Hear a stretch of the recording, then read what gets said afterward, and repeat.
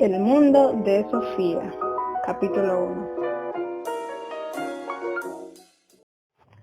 El jardín del Edén. Al fin y al cabo, algo tuvo que surgir en algún momento de donde no había nada de nada. Sofía Amundsen volvía a casa después del instituto. La primera parte del camino la había hecho en compañía de Jorunn. Habían hablado de robots. Jorunn opinaba que el cerebro humano era como un sofisticado ordenador. Sofía no estaba muy segura de estar de acuerdo. Un ser humano tenía que ser algo más que una máquina. Se habían despedido junto al hipermercado. Sofía vivía al final de una gran urbanización de chalets, y su camino al instituto era casi el doble que el de Jorunn. Era como si su casa se encontrara en el final del mundo, pues más allá de su jardín no había ninguna casa más. Allí comenzaba el espeso bosque. Giró para meterse por el camino del trébol. Al final hacía una brusca curva que solían llamar curva del capitán. Aquí solo había gente los sábados y los domingos. Era uno de los primeros días de mayo. En algunos jardines se veían tupidas coronas de narcisos bajo los árboles frutales. Los abedules tenían ya una fina capa de encaje verde. Era curioso ver cómo todo empezaba a crecer y brotar en esta época del año. ¿Cuál era la causa de que kilos y kilos de esa materia vegetal verde saliera a chorros de la tierra inanimada en cuanto las temperaturas subían y desaparecían los últimos restos de nieve? Sofía miró el buzón al abrir la verja de su jardín. Solía haber un montón de cartas de propaganda, además de unos sobres grandes para su madre. Tenía la costumbre de dejarlo todo en un montón sobre la mesa de la cocina antes de subir a su habitación para hacer los deberes.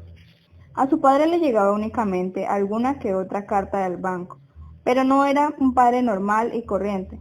El padre de Sofía era capitán de un gran petrolero y estaba ausente gran parte del año.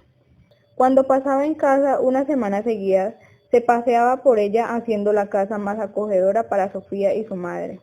Por otra parte, cuando estaba navegando resultaba a menudo muy distante. Ese día solo había una pequeña carta en el buzón y era para Sofía. Sofía Amundsen. Ponía en el pequeño sobre. Camino del Trébol 3. Eso era todo. No ponían quién la enviaba, ni siquiera tenía sello. En cuanto hubo cerrado la puerta de la verja, Sofía abrió el sobre. Lo único que encontró fue una notita, tan pequeña como el sobre que la contenía. En la nota ponía, ¿quién eres? No ponía nada más, no traía ni saludos ni remitente, solo esas dos palabras escritas a mano con grandes interrogaciones. Volvió a mirar el sobre. Pues sí, la carta era para ella, pero ¿quién la había dejado en el buzón? Sofía se apresuró a sacar la llave y abrir la puerta de la casa pintada de rojo.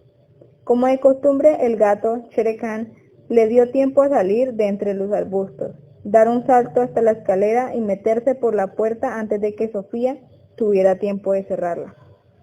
Misi, misi, misi. Cuando la madre de Sofía estaba de mal humor, por alguna razón decía a veces que su hogar era como una casa de fieras. En otras palabras, una colección de animales de distintas clases y, por cierto, Sofía estaba muy contenta con la suya.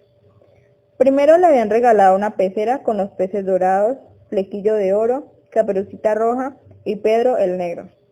Luego tuvo los periquitos Cara y Pizca, la tortuga Govinda y finalmente el gato atigrado Shere Khan. Había recibido todos estos animales como una especie de compensación por parte de su madre, que volvía tarde del trabajo, y de su padre, que tanto navegaba por el mundo. Sofía se quitó la mochila y puso un plato con comida para Shere Khan.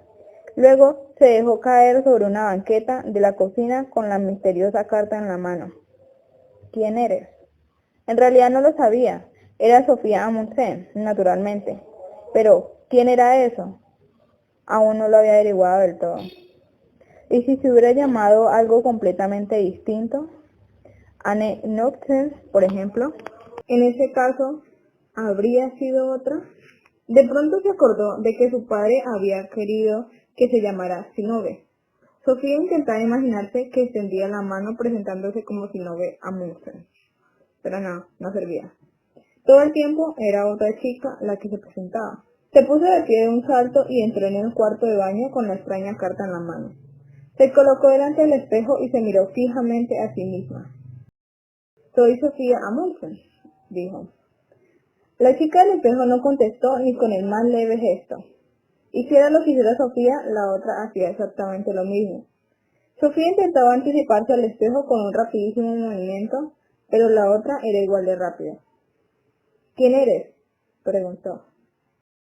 No tuvo respuesta tampoco ahora, pero durante un breve instante llegó a dudar de si era ella o la del espejo la que había hecho la pregunta. Sofía apretó el dedo índice contra la nariz del espejo y dijo: «Tú eres yo». Al no recibir ninguna respuesta, dio la vuelta a la pregunta y dijo: «Yo soy tú». Sofía Amundsen no había estado nunca muy contenta con su aspecto. Le decían a menudo que tenía bonitos ojos almendrados, pero seguramente se lo dirían porque su nariz era demasiado pequeña y la boca un poco grande. Además, tenía las orejas demasiado cerca de los ojos. Lo peor de todo era ese pelo liso que resultaba imposible de arreglar. A veces su padre le acariciaba el pelo llamándola la muchacha de los cabellos de lino, como la pieza de música de Claude Debussy. Era fácil para él, pero no estaba condenado a tener ese pelo largo colgando durante toda su vida. En el pelo de Sofía no servían ni el gel ni el spray. A veces pensaba que le había tocado un aspecto tan extraño que se preguntaba si no estaría mal hecha. Por lo menos había oído hablar a su madre de un parto difícil. ¿Era realmente el parto lo que decidía el aspecto que uno iba a tener? ¿No resultaba extraño el no saber quién era? ¿No era también injusto no haber podido decidir su propio aspecto? Simplemente había surgido así como así. A lo mejor podría elegir sus amigos, pero no se había elegido a sí misma. Ni siquiera había elegido ser un ser humano. ¿Qué era un ser humano? Sofía volvió a mirar a la chica del espejo. «Creo que me subo a hacer los deberes de naturales», dijo, como si quisiera disculparse. Un instante después se encontraba en la entrada. «No, prefiero salir al jardín», pensó. «Missy, Missy, Missy, Missy». Sofía cogió el gato, lo sacó fuera y cerró la puerta tras ella. Cuando se encontró en el caminito de gravilla con la misteriosa carta en la mano, tuvo de repente una extraña sensación. Era como si fuese una muñeca que por arte de magia hubiera cobrado vida. ¿No era extraño estar en el mundo en este momento, poder caminar como por un maravilloso cuento? Cherekan saltó ágilmente por la gravilla y se metió entre unos tupidos arbustos de grosellas. Un gato vivo, desde los bigotes blancos hasta el rabo juguetón en el extremo de su cuerpo liso. También él estaba en el jardín, pero seguramente no era consciente de ello de la misma manera que Sofía. Conforme Sofía iba pensando en que existía, también le daba por pensar en el hecho de que no se quedaría aquí eternamente. «Estoy en el mundo ahora», pensó, «pero un día habré desaparecido del todo». ¿Habría alguna vida más allá de la muerte? El gato ignoraría también esa cuestión por completo. La abuela Sofía había muerto hacía poco. Casi a diario durante medio año había pensado cuánto la echaba de menos. ¿No era injusto que la vida tuviera que acabarse alguna vez? En el camino de gravilla, Sofía se quedó pensando. Intentó pensar intensamente en que existía, para de esa forma olvidarse de que no se quedaría aquí para siempre. Pero resultó imposible. En cuanto se encontraba en el hecho de que existía, inmediatamente surgía la idea del fin de la vida. Lo mismo pasaba a la inversa. Cuando había conseguido tener una fuerte sensación de que un día desaparecería del todo, entendía realmente lo enormemente valiosa que es la vida. Era como la cara y cruz de una moneda a la que daba vueltas constantemente. Cuanto más grande y nítida se veía una de las caras, mayor y más nítida se veía también la otra. La vida y la muerte eran como dos caras del mismo asunto. No se puede tener la sensación de existir sin tener también la sensación de tener que morir, pensó. De la misma manera, resulta igualmente imposible pensar que uno va a morir sin pensar al mismo tiempo en lo fantástico que es vivir. Sofía se acordó de que su abuela había dicho algo parecido el día en el que el médico le había dicho que estaba enferma. «Hasta ahora no he entendido lo valiosa que es la vida», había dicho. ¿No era triste que la mayoría de la gente tuviera que ponerse enferma para darse cuenta de lo agradable que es vivir? ¿Necesitarían acaso una carta misteriosa en el buzón? Quizás debería mirar si había algo más en el buzón. Sofía corrió hacia la verja y levantó la tapa verde. Se sobresaltó al descubrir un sobre idéntico al primero. ¿Se había asegurado de mirar si el buzón había quedado vacío del todo la primera vez? También en este sobre ponía su nombre.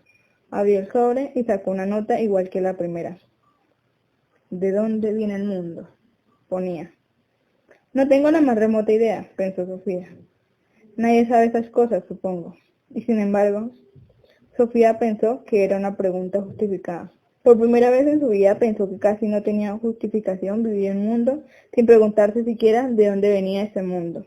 Las cartas misteriosas le habían dejado tan aturdida que decidió ir a sentarse al callejón. El callejón era el escondite secreto de Sofía. Solo iba allí cuando estaba muy enfadada, muy triste o muy contenta. Ese día solo estaba confundida. La casa roja estaba dentro de un jardín.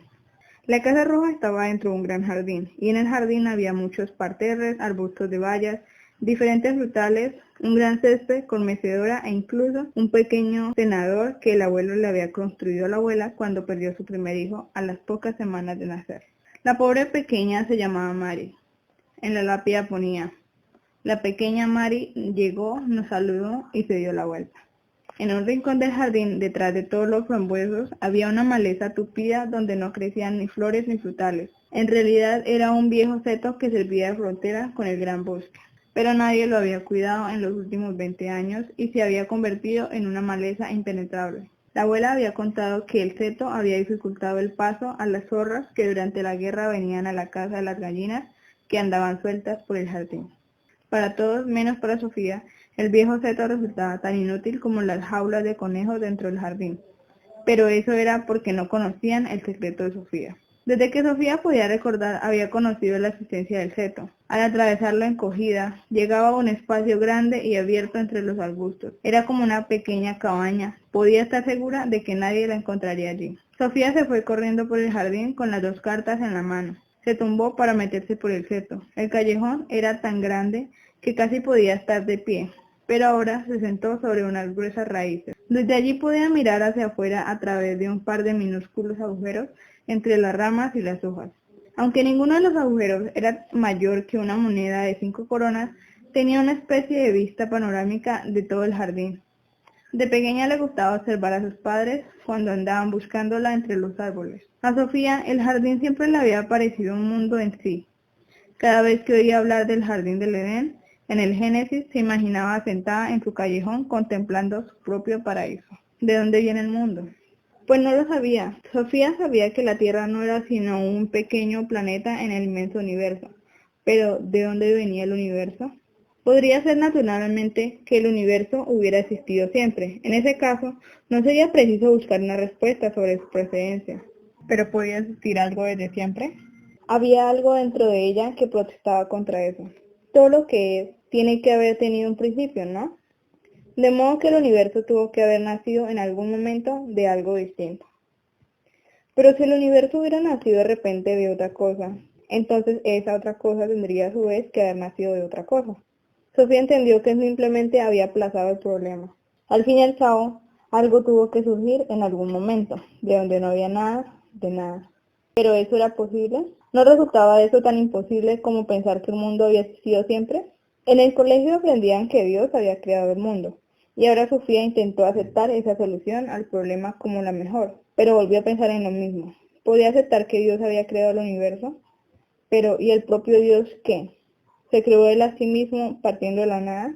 De nuevo había algo dentro de ella que se revelaba. Aunque Dios seguramente pudo haber creado esto y aquello, no había sabido crearse a sí mismo, sin tener antes un sí mismo con lo que crear. En ese caso, solo queda una posibilidad. Dios había existido siempre, pero si ella ya había rechazado esa posibilidad, todo lo que existe tiene que haber tenido un principio. Caray. Vuelve a abrir los dos sobres. ¿Quién eres? ¿De dónde viene el mundo?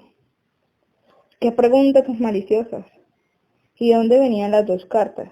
Eso era casi igual de misterioso. ¿Quién había arrancado a Sofía de lo cotidiano para de repente ponerla ante los grandes enigmas del universo? Por tercera vez, Sofía se fue al buzón. El cartero acababa de dejar el correo del día. Sofía recogió un grueso montón de publicidad, periódicos y un par de cartas para su madre. También había un postal con la foto de una playa del sur. Dio la vuelta a la postal. Tenía sellos noruegos y un sello en el que ponía Batallón de las Naciones Unidas. ¿Sería de su padre? ¿Pero no estaba en otro sitio? Además, no era su letra. Sofía notó que se le aceleraba el pulso al leer el nombre del destinatario. Hilde Moller-Nack o Sofía Amundsen, Camino del Trébol 3. La dirección era la correcta. La postal decía: Querida Hilde, te felicito de todo corazón en tu 15º cumpleaños. Como puedes ver, quiero hacerte un regalo con el que podrías crecer. Perdóname por enviar la postal a Sofía, resulta más fácil así. Con todo cariño, papá. Sofía volvió corriendo a la cocina, sentía como un huracán dentro de ella. ¿Quién era esa Hilde que cumplía 15 años poco más de un mes antes del día en que también ella cumplía 15 años? Sofía cogió la guía telefónica de la entrada. Había muchos moles, también algunos snacks, pero en toda esa gruesa guía telefónica no había nadie que se llamara Moller Nack. Volvió a estudiar la misteriosa postal. Sí, era auténtica, con sello y matasellos. ¿Por qué un padre iba a enviar una felicitación a la dirección de Sofía cuando estaba clarísimo que iba destinada a otra persona? ¿Qué padre privaría a su hija de la ilusión de recibir una tarjeta de cumpleaños enviándola a otra seña? ¿Por qué resultaba más fácil así? Y ante todo, ¿cómo encontraría a Hilde? De esta manera, Sofía tuvo otro problema más en que meditar. Intentó ordenar sus pensamientos de nuevo. Esa tarde, en el transcurso de un par de horas, se había encontrado con 3 enigmas. Uno era quién había metido los 2 sobres blancos en su buzón. El segundo era aquellas difíciles preguntas que presentaban esas cartas. El tercer enigma era quién era Hilde Moller-Nack y por qué Sofía había recibido una felicitación de cumpleaños para aquella chica desconocida. Estaba segura de que los 3 enigmas estaban de alguna manera relacionados entre sí, porque justo hasta ese día había tenido una vida completamente normal.